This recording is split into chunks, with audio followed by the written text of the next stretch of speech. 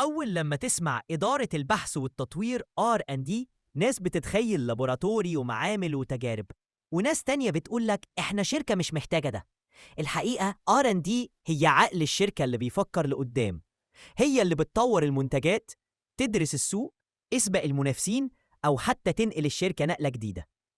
طب إيه المهام الرئيسية لإدارة R&D؟ تشتغل على تطوير منتجات حالية وتحسينها، تبتكر منتجات جديدة بناء على احتياجات السوق، تجرب حلول غير تقليدية لمشاكل تقليدية، تتابع التكنولوجيات الجديدة وتشوف الشركة هتستفيد منها إزاي، تشتغل جنب المبيعات والتسويق عشان يقيسوا قابلية السوق للأفكار. طب هل لازم تبقى موجودة في كل شركة؟ مش بالضرورة.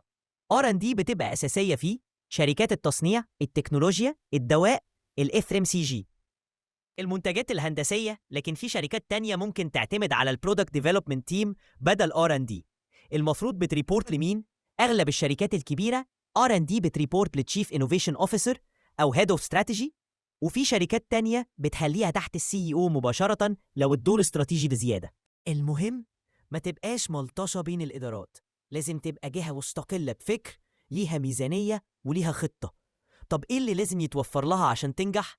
ميزانية واضحة مخصصة للتجريب، صلاحيات اتخاذ قرار بدون انتظار موافقات مليون طبقة، داتا من السوق ومبيعات، تعاون حقيقي من فرق التسويق والإنتاج، وأهم حاجة إدارة تفهم إن التطوير بياخد وقت ومش كله بيكسب من أول تجربة.